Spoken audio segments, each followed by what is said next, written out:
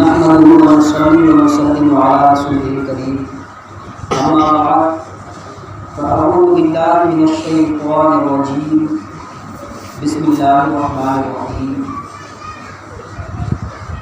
وتعزروه وتوقروه آمنت بالله صدق الله مولانا العظيم وبلغنا رسوله النبي الأمين الكريم ونحن على ذلك من الشاهدين والشاكرين والحمد للہ رب العالمین۔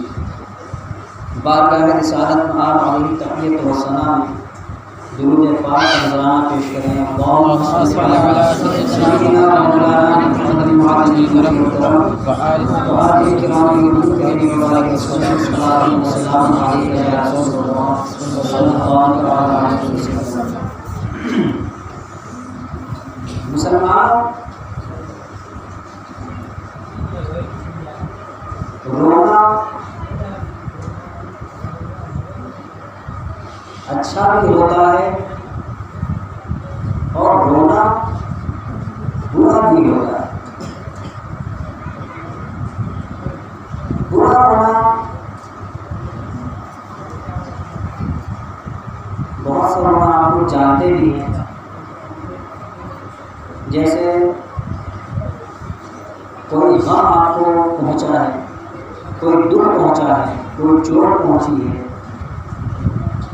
تو آپ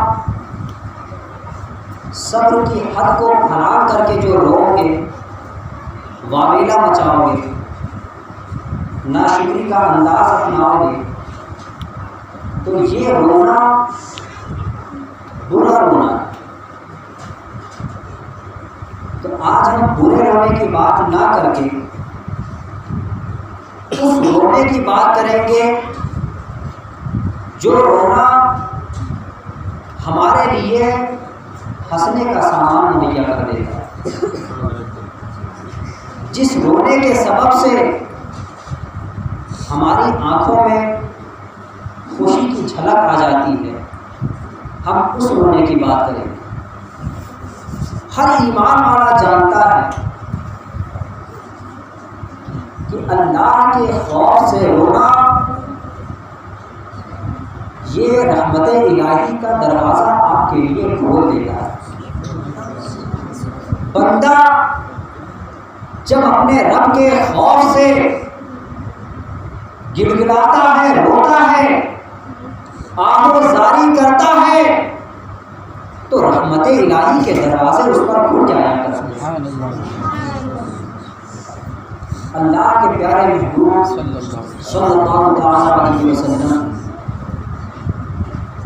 معصوم ہیں، بے گناہ ہیں، گناہ سرزد ہو ہی نہیں سکتا،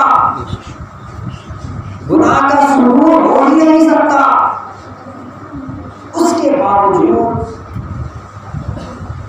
حضور کی سیرت پاک میں آتا ہے کہ سب سے زیادہ اپنے رب کا خوف رکھنے والے، اپنے رب کے خوف سے رونے والے تھے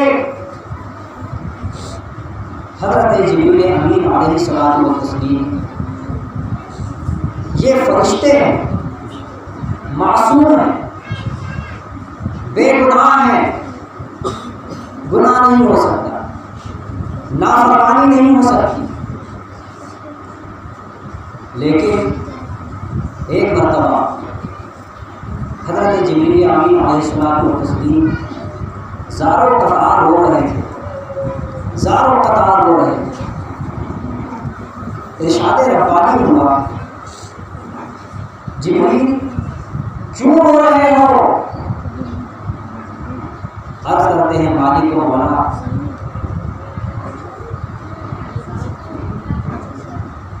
تیری تدبیر کے خوف سے رو رہے ہیں۔ میں نے ابلیس کو دیکھا کہ وہ تیرا مقرب تھا، تیری بارگاہ میں اس کا مقام تھا، لیکن دیکھتے ہی دیکھتے وہ مردود ہو گیا۔ تو مالک و مولا، تقدیر کا حال ہم کو نہیں معلوم، ہم نہیں جانتے تیرے علم میں کیا ہے، تو تیری تدبیر کے خوف سے ہم رو رہے ہیں۔ تو جبریل امین معصوم ہے، بے گناہ ہے، اور پھر بھی رو رہے ہیں۔ اللہ رب العزت نے ارشاد فرمایا اسی طرح میری تدبیر سے ڈرتے رہنا۔ تو معصوموں کو یہ فرمان ہے، بے گناہ لوگوں کو یہ ارشاد ہے کہ میری تدبیر سے ڈرتے رہنا۔ جن سے گناہ نہیں ہو سکتا، جن سے نافرمانی نہیں ہو سکتی، ان کے لیے یہ ارشاد ہے کہ میری تدبیر سے ڈرتے رہنا۔ ہم سے گناہ بھی ہو سکتا ہے، بڑے سے بڑا حرام کام بھی ہو سکتا ہے، ہم سے گمراہی بھی ہو سکتی ہے، العیاذ باللہ تعالی ہم سے کفر بھی سرزد ہو سکتا ہے، سب ممکن ہے، کچھ ناممکن نہیں ہے۔ پھر بھی ہماری بے بسی کا کیا عالم ہے، ہماری بے خوفی کا کیا عالم ہے، ہماری لاپرواہی کا کیا عالم ہے، ہم اپنے رب سے کیسا ڈر رہے ہیں، اپنے رب کے خوف میں ہم روتے کیوں نہیں، اپنی تقدیر سے ہم ڈرتے کیوں نہیں، اپنے رب کی تقدیر کا ہم خوف کیوں نہیں رکھتے۔ ایسا نہ ہو کہ ہم سے ہمارا ایمان چھن جائے، ایسا نہ ہو کہ رحمت الہی ہم سے روٹ جائے، ایسا نہ ہو کہ ہمارا رب ہم سے ہمیشہ ہمیشہ کے لیے ناراض ہو جائے۔ ہم کیوں نہیں کرتے، ہم کیوں نہیں سوتے، ہم کیوں نہیں برباد ہو رہے۔ ہمیں تو پتھروں سے سبق لینا چاہیے، بظاہر وہ بے جان ہوتے ہیں، ہماری طرح انہیں روح نہیں، ہماری طرح ان میں عقل نہیں، ہماری طرح ان میں سوجھ بوجھ نہیں، ہماری طرح ان کے اندر شعور نہیں ہے، لیکن پتھر انسان سے زیادہ سمجھدار ہے، پتھر انسان سے زیادہ عقل مند ہے، پتھر انسان سے زیادہ شعور رکھنے والے ہیں۔ انسان سب کچھ رکھتے ہوئے بھی کیسا بے عقلی ہو گیا، کیسا بے شعور ہو گیا۔ حضرت موسیٰ علیہ السلام کا گزر ایک علاقے سے ہوتا ہے، وہاں پر ایک چھوٹا سا پتھر تھا اور اس پتھر سے پانی کا چشمہ پھوٹا ہوا، بے اندازہ پانی بہ رہا تھا اس سے۔ حضرت موسیٰ علیہ السلام کو بڑا تعجب ہوا کہ پہاڑوں سے پانی نکلتا تو ہم نے دیکھا ہے، بڑے بڑے پتھر کے ٹیلوں سے پانی نکلتا ہم نے دیکھا ہے، لیکن ایک چھوٹا سا پتھر ہے اس سے پانی نکل رہا ہے، وہ بھی قطروں کی صورت میں نہیں، پورے دھار کی صورت میں نکل رہا ہے، بے اندازہ نکل رہا ہے۔ عرض کرتے ہیں مالک و مولا اس پتھر کو طاقت عطا فرما کہ میں اس سے بات کروں، یہ میری بات کا جواب ہے۔ اللہ رب العزت نے اس پتھر کو قوت گویائی عطا فرمائی۔ آپ نے اس سے پوچھا ہے پتھر تم کیوں رو رہا ہے، یہ پانی کیسا بہ رہا ہے؟ وہ پتھر کہتا ہے کہ یہ پانی نہیں، یہ میرے آنسو ہیں۔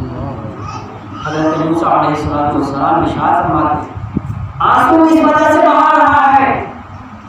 عرض کرتا ہے میں نے اپنے رب کا ارشاد سنا ہے کہ جہنم کا ایندھن آدمی اور پتھر ہے، میں اپنے رب کے خوف سے رو رہا ہوں کہ کہیں مجھے بھی جہنم میں نہ ڈالا جائے۔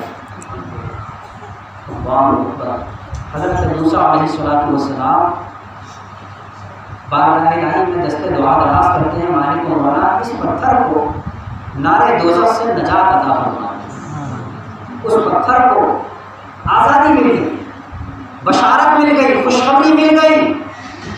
آپ آگے بڑھ جاتے ہیں، کچھ عرصے کے بعد دوبارہ ادھر ہی سے گزر ہوا، اس پتھر کو پہلی حالت میں پایا، جیسا پہلے پانی بہ رہا تھا ابھی بھی ویسا ہی پانی بہ رہا۔ پھر ارشاد فرمایا اے پتھر اب کیوں رو رہا ہے؟ تو پتھر عرض کرتا ہے اے اللہ کے نبی اس وقت خوف سے رو رہا تھا، اب بشارت مل گئی ہے تو شکرانے میں رو رہا۔ مسلمانوں اس پتھر سے تو سبق حاصل کرو، اگر تمہیں آخرت کی دولت مل گئی ہے، نجات کا مژدہ مل گیا ہے، تو تمہیں اپنے رب کے شکر میں رونا چاہیے، اپنے رب کے احسان کو احسان مند ہوتے ہوئے رونا چاہیے۔ اور اگر تمہارا بال بال گناہوں میں ڈوبا ہوا ہے، تم گناہوں میں غرق ہو، تم سے گناہ پر گناہ سرزد ہو رہے ہیں، تو اپنے رب کے خوف سے رونا چاہیے۔ تو رونے سے کسی حال میں بھی چھٹکارا نہیں ہے۔ اور اس واقعے سے یہ سبق بھی ملتا ہے کہ وہ پتھر بے جان تھا لیکن اس نے رونا، اپنے رب کے خوف سے رونا، اس رونے کے صدقے میں اس کو جہنم سے آزادی مل گئی ہے۔ تو اللہ رب العزت نے تو اپنے ان بندوں کے لیے جنت بنائی ہے جو اس کا سچا خوف رکھنے والے ہیں۔ اگر ہم اس کے خوف میں سچے دل سے اپنی آنکھوں سے آنسو بہائیں تو کیا ہمیں آزادی نہیں ملے گی؟ کیا ہمیں جنت کی نعمتیں نہیں ملیں گی؟ ارے جنت بنی ہی ہے اس انسان کے لیے جو اپنے رب کا سچا خوف رکھتے ہوئے زندگی گزارے اور اس کی خوف کی حالت میں اسے موت آ جائے۔ تو جنت بنی ہی اس انسان کے لیے ہے، جنت پتھروں کے لیے نہیں بنی ہے، جنت پیڑ پودوں کے لیے نہیں بنی ہے، جنت اس انسان کے لیے بنی ہے جو اپنے رب کی سچی بندگی کرے اور اسی بندگی میں انتقال کر جائے۔ تو مسلمانوں، ہماری عبرت کے لیے آج بھی دنیا میں بے شمار واقعات رونما ہوتے ہیں، حالات بدلتے ہیں، بدلاؤ آتے رہتا ہے، لیکن ایمان والے کے لیے ہر واقعے میں ایک عبرت ہے، ہر واقعے میں ایک درس ہے۔ تذکرتاً بیچ میں عرض کر دے رہا ہوں، آپ نے لاک ڈاؤن کے وقت دیکھا ہے، لاک ڈاؤن کے وقت کیا حالت ہوگی، کیسا قسم خوشی کا عالم ہوتا ہے۔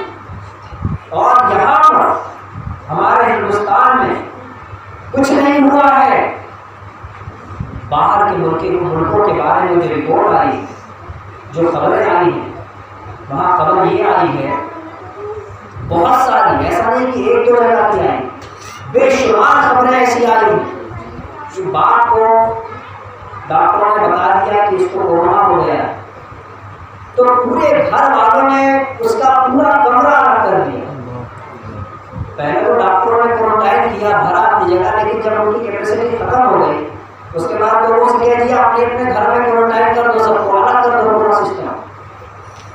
تو ان کی اولاد نے، ان کے بچوں نے، ان کے جگر کے ٹکڑوں نے ان کا کمرہ الگ کیا، بستر الگ کیا، اور کھانا پینا برتن پانی سب بند کر دیا۔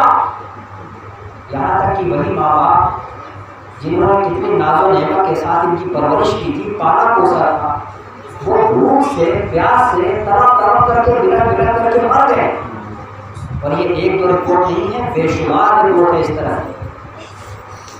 تو یہاں سے عبرت لینا چاہیے ایمان والے، یہ دنیا کی زندگی ہے، یہاں پر اللہ رب العزت نے ہمارے آپس میں پیار محبت ڈالا ہے، ہمارے آپس میں پیار رکھا ہے، محبت رکھی ہے۔ ہم کو اپنی اولاد سے محبت ہے، ہم کو اپنے ماں باپ سے محبت ہے، ہم کو اپنے بھائیوں سے محبت ہے، اپنے دوستوں سے محبت ہے، رشتہ داروں سے محبت ہے، بیوی سے محبت ہے، بے شمار لوگوں سے محبت ہے، ہر رشتے میں محبت ہے۔ یہ محبت کس نے پیدا کی؟ یہ اللہ رب العزت کی پیدا کی ہوئی۔ اللہ نے ہمارے دلوں میں محبت ڈالی ہے تو ہے، اگر وہ محبت چھین لے تو پھر محبت کیسے رہ سکتی ہے؟ وہ قیامت کا دن ہوگا، کیسا ہولناک دن ہوگا، کیسا سختی کا دن ہوگا۔ اس دن کے بارے میں اللہ رب العزت ارشاد فرماتا ہے، اس دن اللہ تم میں اور تمہارے پیاروں میں جدائی کی ڈال دے۔ مسلمانوں ذرا غور کرو، یہاں اللہ رب العزت نے ہمارے دلوں میں محبت ڈالی ہے، تب لوگوں نے اپنے ماں باپ کے ساتھ یہ سلوک کیا، اپنے رشتہ داروں کے ساتھ یہ سلوک کیا، اپنی اولاد کے ساتھ یہ سلوک کیا۔ وبا آئی، ایک معمولی سی وبا، ایک بیماری تھی، صرف جان لے رہی تھی، آپ کی ہمیشہ کی زندگی کو جہنم نہیں بنا رہی۔ اس بیماری کے ڈر سے ہم نے سارے رشتے بنا دیے، ساری محبتیں ختم کر دی، سارے احسانات فراموش کر دیے۔ وہ قیامت کا دن ہوگا، ایسا ہولناک دن ہوگا۔ انبیاء کرام علیہ الصلوۃ والسلام حالانکہ معصوم ہیں، بے گناہ ہیں، لیکن لیکن وہ بھی اپنے رب کے خوف سے کانپ رہے ہوں، وہ بھی اپنے رب کے خوف سے تھرتھرا رہے ہوں گے۔ جب یہ امت ان کی بارگاہوں میں حاضر ہوگی تو وہ صاف ارشاد فرمائیں گے نفسی نفسی، آج تو ہمیں اپنی جان کا ڈر ہے، آج ہمیں اپنی جان کی پرواہ ہے، آج ہمیں اپنی جان کا خوف ہے۔ تو کیسا قیامت کا دن ہو؟ دنیا میں کبھی اللہ کے نیک بندوں کے چہرے پر خوف کا کوئی اثر نہیں آیا، کبھی ان کے قلب مبارک میں خوف نے جگہ نہیں لی، لیکن قیامت کا دن ایسا دن ہوگا کہ انبیاء کرام بھی نفسی نفسی ارشاد فرمائیں گے۔ تو ذرا غور کرو، ایسے ہولناک دن میں اور پھر اللہ ہماری آپس کی محبت کو ہمارے دلوں سے نکال دے، ہمارے آپس میں کوئی محبت نہیں رہ جائے گی۔ وہاں کون کس کے کام آنے والا، لیکن وہاں جو ہستی کام آنے والی ہے، وہاں جو ذات کام آنے والی ہے، وہ اللہ کے پیارے محبوب شفیع المذنبین صلی اللہ علیہ وسلم کی ذات بابرکات کام آنے والی ہے۔ جب سب انبیاء کرام نفسی نفسی فرمائیں گے، اذهبوا الی غیری فرمائیں گے، سب یہی جواب دیں گے آج مجھے اپنی جان کا ڈر ہے، تم کسی اور کے پاس جاؤ، تم کسی اور کی بارگاہ میں جاؤ، تم کسی اور کی بارگاہ میں فریاد لگاؤ۔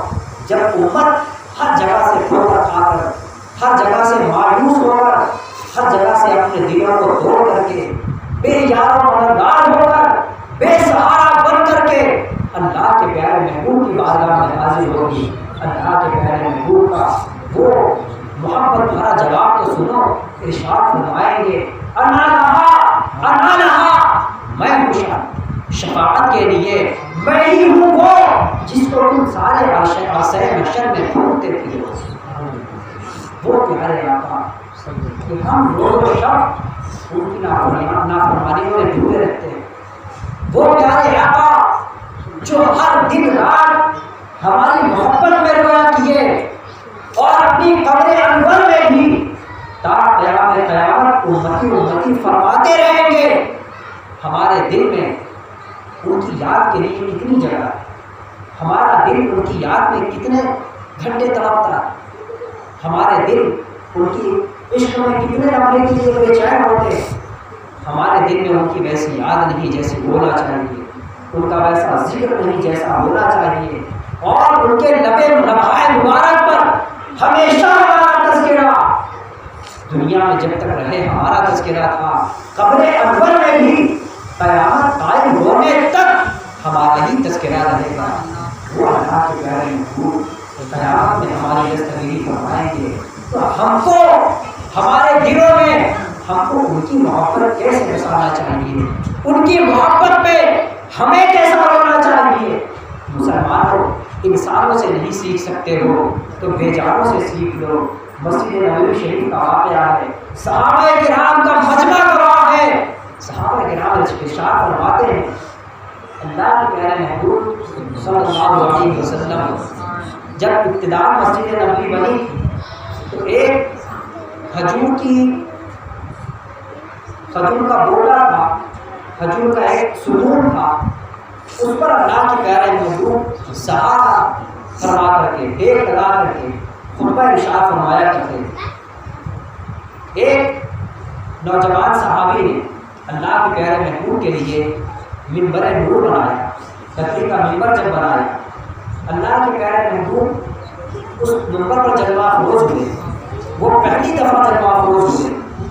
صحابہ کرام ارشاد فرماتے ہیں کہ حضور خطبہ ارشاد فرما رہے تھے اور اچانک مسجد میں کسی کے رونے کی آواز اٹھتی ہے، کوئی ایسا رو رہا ہے، ایسا لگتا تھا کوئی چھوٹا سا بچہ ہے اور اپنی ماں سے بچھڑ گیا ہے اور بہت بے قرار ہو کر کے اپنی ماں کی گود پانے کے لیے، اپنی ماں کی آغوش میں جانے کے لیے تڑپ تڑپ کر بلک بلک کر کے رو رہا ہے۔ وہ صحابہ کرام ارشاد فرماتے ہیں، بیان فرماتے ہیں کہ اس طرح سے رونا ہم لوگ دیکھنے لگے چاروں طرف، لیکن رونے والا نظر نہیں آتا، آواز آ رہی تھی، کون رو رہا ہے یہ نہیں دکھتا۔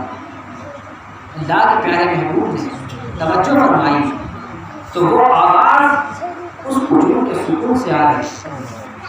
آپ اس کھجور کے ستون کے قریب تشریف لے گئے اور اپنا دست مبارک اس ستون پر رکھا تو آواز آنا بند ہو گئی. اللہ کے پیارے محبوب نے ارشاد فرمایا تجھے کس بات نے رلا دیا؟ تجھے کیا غم ہوا؟ تجھے کیوں رونا آ گیا؟ عرض کرتا ہے یا رسول اللہ علیہ الصلوۃ والسلام، جب یہ منبر نہیں آیا تھا تو آپ مجھ پر سہارا لے کر، مجھ پر تکیہ لگا کر خطبہ ارشاد فرمایا کرتے تھے. اب میں اس سعادت سے محروم ہو گیا ہوں، اسی معلومی کی وجہ سے مجھے رونا آ گیا. قربان جاؤ، اللہ کے پیارے محبوب ارشاد فرماتے ہیں اے ستون تو کیا چاہتا ہے؟ اگر تو یہ چاہتا ہے کہ جس طرح تو پہلے ہرا بھرا درخت تھا، اگر تو چاہتا ہے کہ دوبارہ اسی طرح ہرا بھرا درخت بن جائے تو میں تجھے اسی وقت تیرے باغ میں ہرا بھرا درخت بنا دوں گا اور دنیا والے تیرا پھل کھائیں گے. اور اگر تو چاہتا ہے تو میں تجھے جنت کے باغوں میں سے کسی باغ میں ایک درخت بنا دوں جہاں اللہ کے نیک بندے تیرا پھل کھائیں گے. مسلمان ذرا غور کرنا، دنیا میں بھی درخت ہوتے ہیں، اگتے ہیں، لیکن وہ کھجور کا ستون ہے. کچھ دنوں کے لیے اللہ کے پیارے محبوب کی صحبت سے فیضیاب ہوا ہے، اس کے دل میں آخرت کی محبت کیسی پیدا ہو گئی، اللہ کے نیک بندوں کی محبت کیسی پیدا ہو گئی، اور دنیا کی زندگی اس کی نظروں میں کیسی حقیر ہو گئی.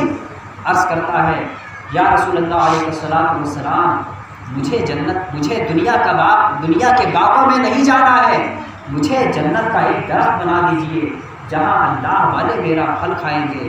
اللہ کے پیارے محبوب نے دعا فرمائی، اللہ رب العزت نے اس کو جنت کے باغوں میں جگہ محمد فرمائی. حضرت حسن بصری رضی اللہ تعالیٰ عنہ یہ بڑے جلیل القدر تابعین ہیں. مولائے کائنات جب کوفہ تشریف لائے وہ سارے خطیبوں کے ممبر ختم کر دیے، لیکن حضرت حسن بصری کے ممبر کو برقرار رکھا. ان کی مجلس وعظ کو نہیں توڑا، ان کی مجلس وعظ کو نہیں ختم کیا.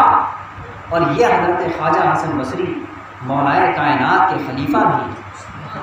حضرت حسن بصری رضی اللہ تعالیٰ عنہ اس واقعے کو مجمع میں ارشاد فرماتے، روتے اور ارشاد فرماتے اے لوگوں، اللہ کے پیارے محبوب نے جو زندگی گزاری درخت کی محبت میں نہیں روئے، درخت کی بخشش کے لیے نہیں روئے، اس کھجور کی ستون کے لیے دعائیں نہیں مانگی.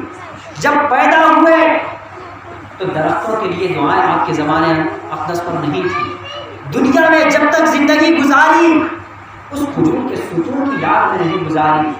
آپ کو جب قبر انور میں اتارا گیا اس کھجور کی یاد آپ کی زبان پر نہیں، زبان مبارک پر نہیں تھی. مسلمانوں، یہ تم ہو کہ جب اللہ کے پیارے محبوب اس عالم میں جلوہ گر ہوتے ہیں تو آپ کی زبان مبارک پر ہم گناہ گاروں کا تذکرہ ہے. جب تک کہ دنیا میں باحیات زندگی گزارتے ہیں ہم گناہ گاروں کے لیے بخشش کی دعائیں مانگتے رہتے ہیں. جب قبر انور میں اتارا جاتا ہے تو ہم گناہ گاروں ہی کا تذکرہ آپ کی زبان مبارک پر رہتا ہے. تو اے لوگوں، وہ کھجور کا ستون ہے، اس پر حضور کے ایسے احسانات نہیں ہیں جیسے تم پر ہے، پھر بھی وہ حضور کی محبت میں ایسا بلک بلک کر کے رو رہا ہے. تم کو حضور کی محبت میں کتنا بلکنا چاہیے، تم کو حضور کی محبت میں کس قدر رونا چاہیے. اگر ہمارے آنسو ختم ہو جائیں، سات سمندر ہمارے آنسو بن جائیں اور وہ بھی ختم ہو جائے، پھر بھی حضور کی اس یاد کا حق ادا نہیں ہو سکتا ہے. تو مسلمانوں، یہ رونا جو خدا کے خوف سے ہوتا ہے، یہ رونا جو اللہ کے پیارے محبوب کی محبت میں ہوتا ہے، اس رونے کا آپ نے نتیجہ دیکھ لیا، اس رونے کا آپ نے انجام دیکھ لیا ہے. کہ خوف خدا سے جو آنسو بہتے ہیں وہ آنسو اپنے پیچھے خوشی لے کر کے آیا کرتے ہیں۔ اللہ کے پیارے محبوب کے عشق میں جو آنسو نکلا کرتے ہیں، جو رونے کی آوازیں بلند ہوا کرتی ہیں، وہ اپنے پیچھے خوشیوں کا سمندر لے کر کے آیا کرتی ہیں۔ مسلمانوں، جنت ان پیڑ پودوں کے لیے نہیں بنی ہے، ان اینٹ پتھروں کے لیے نہیں بنی ہے، جنت اللہ رب العزت نے انسانوں کے لیے ہی بنائی ہے۔ اور دوزخ بھی اللہ رب العزت نے پیڑ پودوں اینٹ پتھروں کے لیے نہیں بنائی ہے، دوزخ بھی اللہ رب العزت نے انسانوں کے لیے بنائی ہے۔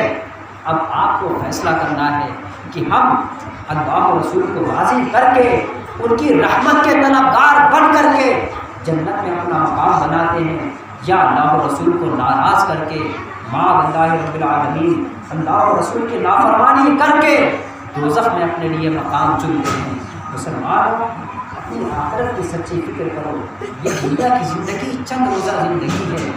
یہ دنیا کی زندگی بزرگان دین فرماتے ہیں، جس طرح سے انسان سوتا ہے اور خواب میں دیکھتا ہے کہ میں پوری دنیا کا بادشاہ بن گیا، چاروں طرف میرے خدام کھڑے ہیں، غلام کھڑے ہیں، مجھے کسی طرح کا کوئی غم نہیں ہے، کسی طرح کی کوئی فکر نہیں ہے، کسی طرح کی کوئی مصیبت نہیں ہے۔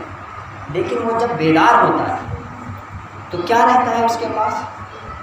نہ دنیا کی حکومت رہتی، نہ وہ خدام رہتے ہیں، نہ وہ عیش و آرام رہتا ہے، نہ وہ بے فکری رہتی، سب کچھ ختم ہو جاتا ہے۔ تو جب آخرت میں اٹھائے جاؤ گے، جب موت آئے گی، اپنی قبر میں جاؤ گے، تو یہ دنیا کی زندگی اگر تمہاری شاہانہ بھی گزری ہو، سب کی محبت تم نے پا لی، سب کا پیار تم نے جیت لیا، سب کا دل تم نے جیت لیا، سب پر تم نے حکومت کر بھی لی، تو موت آتے ہی ایسا لگے گا جیسے ہم خواب دیکھ رہے تھے، حقیقت اب ہماری آنکھوں کے سامنے آ رہی ہے۔ مسلمان، وہ زندگی جس کی کوئی حد نہیں ہے، جس کی کوئی انتہا نہیں ہے، جس کی جو ختم ہونے والی نہیں ہے، اس زندگی کے لیے آپ نے کتنی تیاری کی، اس زندگی کے لیے کتنے ساز و سامان مہیا کیے ہیں، یہاں کی زندگی کے لیے ہم کتنی جد و جہد کرتے ہیں، یہاں ہم کتنی دولت کماتے ہیں، بلڈنگیں بناتے ہیں، اپنی عزت بناتے ہیں، اپنا وقار بناتے ہیں، لوگوں کی نظر میں جاہ و عظمت بناتے ہیں، لیکن یہ سب کتنے دن کے لیے؟ بہت کچھ بن گئے تم، تو کتنے دن کے لیے بنے؟ یہ کیوں نہیں سوچتے؟ موت کے بعد تمہاری اپنے رب کی بارگاہ میں، تمہارے رب کی بارگاہ میں کیا عزت ہے، اس کے بارے میں کیوں نہیں سوچتے؟ قبر میں جب جاؤ گے، تمہاری قبر جنت کے باغوں میں سے ایک باغ بنے گی یا دوزخ کے گڑھوں میں سے ایک گڑھا بنے گی، اس بارے میں کیوں نہیں سوچتے؟ مسلمانوں، قبر کی زندگی کو صرف سوچ لو۔ ہم قیامت نہیں بولتے، آخرت کی زندگی ابھی مت سوچو، صرف قبر کی زندگی سوچ لو۔ آپ کو قبر میں کتنا لمبا رہنا ہے، دنیا میں کتنا رہنا ہے؟ 60 سال، 70 سال، 100 سال، اور کتنا رہنا؟ قبر میں کتنا رہنا ہے کچھ پتہ نہیں، کئی 100 سال رہیں یا کئی 1000 برس رہیں، کچھ پتہ نہیں ہے۔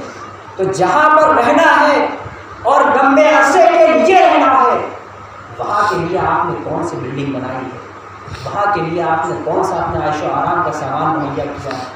مسلمان، اس بارے میں آپ کیوں نہیں سوچتے؟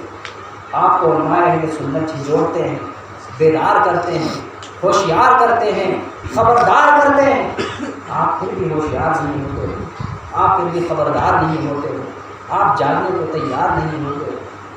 امام اہل سنت کتنے پیارے اور کتنے درد بھرے انداز میں عرض کرتے ہیں کہ سونا جنگل رات اندھیری چھائی بدنی کالی ہے، سونے والوں جاگتے رہیو چوروں کی رکھوالی ہے۔ ہر طرف یہاں چور پھیلے ہوئے ہیں، شیطان پہلے تم سے گناہ کرواتا، جب گناہوں پر دلیر بنا دیتا گناہوں پر بھیڑ بنا دیتا ہے، اب گمراہی کی طرف دعوت دیتا ہے، گمراہی کے راستے کی طرف بلاتا ہے۔ انسان جب گناہ کر کر کے، بدعمالیاں کر کر کے اپنے دل کو سیاہ کر لیتا ہے، اتنا سیاہ کر لیتا ہے کہ پھر اس کو آخرت کی یاد نہیں آتی، اللہ کے پیارے محبوب کی یاد میں رونا نہیں آتا، اپنے رب کے خوف سے رونا نہیں آتا۔ جب دل ایسا سیاہ ہو جاتا ہے تو پھر اس کو گمراہی کی دلدل ایک روشنی نظر آنے لگتی ہے، وہ سیاہی نظر نہیں آتی، وہ دلدل نہیں دکھتی، وہ اس کو ایک حسین محل لگتا ہے، انسان کو اس کی طرف لپکتا ہے، انجام کار گمراہی کے گڑھے میں گرتا ہے، شیطان وہاں پر بس نہیں کرتا ہے، گمراہی میں مضبوط کرنے کے بعد کفر کی طرف بلاتا ہے، جہاں تک کہ انسان کو ہمیشہ ہمیشہ کے لیے تباہ و برباد کر دیتا ہے۔ مسلمانوں، آپ ڈرتے کیوں نہیں؟ اللہ کے نیک بندے، اللہ کے بڑے بڑے اولیاء کرام، وہ اپنے ایمان کے بارے میں خوف زدہ رہا کرتے تھے، وہ اپنے اعمال کے بارے میں خوف زدہ رہتے تھے، نمازیں پڑھ کر کے خوف زدہ ہو جایا کرتے تھے، پتہ نہیں ہماری نماز قبول ہوئی کہ نہیں، روزہ رکھتے اور ڈرتے رہتے، پتہ نہیں ہمارا روزہ مقبول ہوا کہ نہیں، اعمال صالحہ کرتے اور تھرتھرایا کرتے، پتہ نہیں کون سا ہمارا عمل قبول ہوگا، یا سب ایک کالے کپڑے میں لپیٹ کر ہمارے منہ پر مار دیا جائے گا۔ مسلمانوں، جو اپنے رب سے ڈرتا ہے، جو اپنے ایمان کے بارے میں، اپنے اعمال کے بارے میں اپنے رب سے ڈرتا ہے، اس کے ایمان کی حفاظت اللہ رب العزت فرماتا ہے۔ جو ڈرتا ہے، اللہ رب العزت اس کو اپنی حفاظت میں لے لیتا ہے، رحمت الہی اس کو اپنے سائے میں لے لیتی ہے۔ اور جو شخص بے خوف ہوتا ہے، بے فکر ہوتا ہے، تو اللہ رب العزت بے نیاز ہے، جو خود اپنے ایمان کے بارے میں بے فکر ہو گیا ہے، اللہ رب العزت کو اس کی کیا پرواہ ہو سکتی ہے؟ مسلمانوں، اپنے آپ کو بارگاہ الہی میں سچے دل سے جھکاؤ، سچے دل سے اس کی بارگاہ میں فریاد لگاؤ اور سچی محبت کی بھیک مانگو، اپنے رب کے سچے خوف کی بھیک مانگو کہ مالک و مولا، ہماری آنکھوں سے آنسو بہتے بھی ہیں تو یہ کیسے جھوٹے آنسو ہیں، ادھر آنسو بہتے ہیں ادھر ہم پھر گناہوں میں ملوث ہو جاتے ہیں۔ مالک و مولا، ہمیں صدیق اکبر کے آنسوؤں کا صدقہ عطا فرما، فاروق اعظم کے آنسوؤں کا صدقہ عطا فرما، سیدنا عثمان غنی کے آنسوؤں کا صدقہ عطا فرما، مولا کائنات کے خوف خدا کا صدقہ عطا فرما۔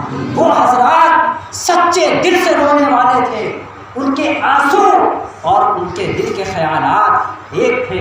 ہماری آنکھوں سے آنسو گرتے بھی ہیں تو دل ہمارا ساتھ نہیں دیتا ہے، تو اپنے رب سے ایسے جھوٹے آنسوؤں سے پناہ مانگو اور یہ فریاد لگاؤ، مالک و مولا ہمارے آنسوؤں میں خلوص عطا فرما، سچے خوف سے رونے والی آنکھ عطا فرما۔ قیامت کے دن ایک شخص کو لایا جائے گا، اس کا ہر بال گناہوں میں ڈوبا ہوگا، اس کے پاس کوئی نیکی نہیں ہوگی، سرے سے کوئی نیکی نہیں ہوگی، اس کے سارے نامہ اعمال میں صرف اور صرف گناہ ہوگا، لیکن اس کا ایمان سلامت ہوگا۔ جب اس کو نار جہنم میں ڈالنے کا حکم ہوگا، فرشتے اس کو لے کر کے چلیں گے، اس کی پلکوں کا ایک بال تڑپ اٹھے گا اور بارگاہ الہی میں فریاد لگائے گا کہ مالک و مولا، تیرے پیارے محبوب صلی اللہ علیہ وسلم کی حدیث مجھ تک پہنچی تھی جس میں تیرے پیارے محبوب نے ارشاد فرمایا تھا کہ جبریل امین نے انہیں آ کر کے خبر دی کہ رب تبارک و تعالیٰ ارشاد فرماتا ہے کہ میرا جو بندہ میرے خوف میں رویا ہوگا، میرے جس بندے کے خوف سے، میرے جس بندے کی آنکھوں سے میرے خوف سے آنسوؤں کا ایک قطرہ بھی نکلا ہوگا، میں اسے جہنم کی آگ میں نہیں جلاؤں گا۔ وہ بار عرض کرے گا، مالک و مولا، میں گواہی دیتا ہوں کہ اس بندے نے ایک مرتبہ تیرے خوف سے آنسو بہائے تھے اور وہ آنسو مجھ پر آ کر کے ٹک گئے تھے۔ رحمت الہی کو جوش آئے گا، ارشاد فرمائے گا میرے بندے کو میری رحمت سے جنت میں داخل کر۔ تو خوف خدا سے رونے کا نتیجہ کیا ہوتا ہے، خوف خدا سے رونے کا انجام کیا ہوتا ہے، یہ آپ نے دیکھ لیا ہے۔ اور جو رونا برا ہے اس کی تفصیل بہت طویل ہے۔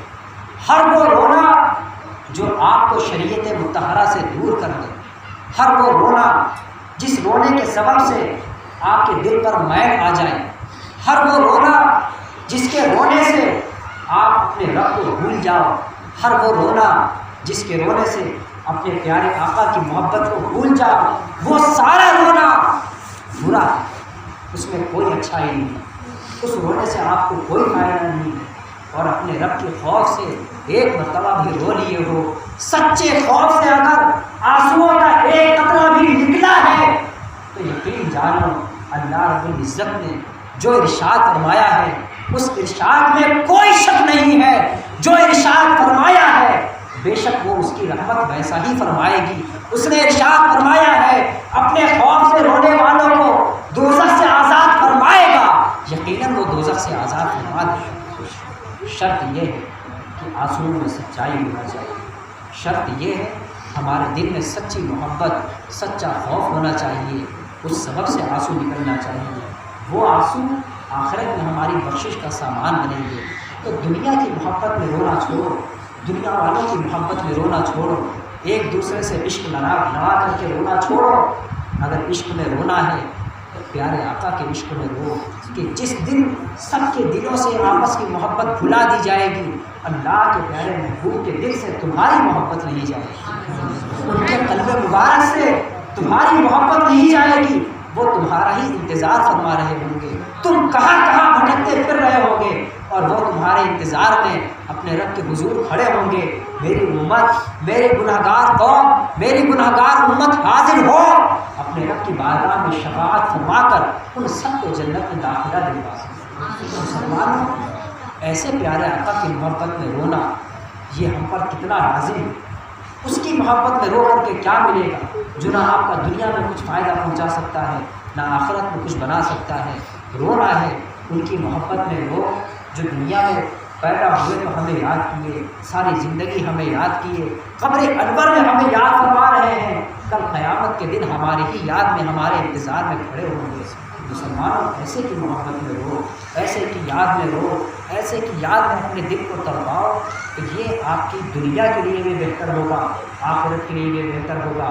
عاشقوں کو نہ دنیا کی کوئی مصیبت اور آفت پریشان کر سکتی ہے، نہ آخرت کی کوئی مصیبت ان کو آج پہنچا سکتی ہے۔ وہ دنیا میں بھی کامیاب ہوں گے اور آخرت میں بھی کامیاب ہوں گے۔ جیسی ہماری محبت ہوگی، جیسا ہمارا عشق ہوگا، ویسے ہی ہم اللہ کے پیارے محبوب کے قریب ہوں گے۔ ہماری محبت جتنی مدھم ہوگی، جتنی دھیمی ہوگی، ہم اللہ کے پیارے محبوب سے اتنے زیادہ فاصلے پر ہوں گے۔ محبت جتنی مضبوط ہوگی، جتنی پائیدار ہوگی، اپنے پیارے آقا کے اتنے قریب ہم کو جگہ ملے گی۔ تو کل قیامت کے دن اللہ کے پیارے محبوب کی بارگاہ میں حاضری کے لیے اپنے اندر جذبہ لے کر کے، ان کے عشق کو اپنے دل و دماغ میں بسا کر کے، ان کے احسانات کو یاد کر کے، اللہ کے پیارے محبوب کا رونا یاد کر کے اپنے دل میں آنسو بہاؤ۔ ہم نے ان کا کچھ نہیں بنایا، ہم سے ان کا ایک سود کا فائدہ نہیں ہوا، ایک ذرے کا فائدہ نہیں ہوا، پھر بھی وہ ہماری محبت میں رو رہے ہیں۔ ماں باپ اپنی اولاد کی محبت میں روتے ہیں، کوئی نہ کوئی فائدہ ہوتا ہے۔ اگر اولاد اپنے ماں باپ کو ہر طرح سے نقصان پہنچائے، ہر طرح سے نافرمانی کرے، ماں باپ کی محبت سے بھی محبت مل جاتی ہے، ان کے دلوں سے محبت دھیمی ہو جاتی ہے۔ مگر قربان جاؤ اللہ کے پیارے محبوب سے، ہم جس قدر گناہ کرتے ہیں، ایک لمحے کے لیے وہ ہمیں بھولنے کو تیار نہیں ہے، ایک لمحے کے لیے ان کے قلب مبارک سے ہماری محبت دھیمی نہیں ہوتی ہے۔ کیسی محبت کرنے والے ہیں، اپنے دل میں ان کی سچی محبت پیدا کرو، ان کے عشق میں رو، اپنے رب کے خوف سے رو۔ یہ رونا ہمارے لیے دنیا میں بھی نجات کا ذریعہ بنے گا اور آخرت میں بھی ہمارے لیے نجات کا ذریعہ بنے گا۔ اللہ تبارک و تعالیٰ ہم سبوں کو اپنا سچا خوف، اپنے پیارے محبوب کی سچی محبت عطا فرمائے، اپنے پیارے محبوب کی شریعت پر مضبوطی اس کے ساتھ قائم و دائم رہنے کی توفیق عطا فرمائے، حضور کی غلامی پر جلائے، انہیں کی غلامی میں موت عطا فرمائے، ان کے غلاموں میں ہمارا حشر فرمائے۔ آمین۔ وآخر دعوانا الحمد للہ رب العالمین۔ سوال و جواب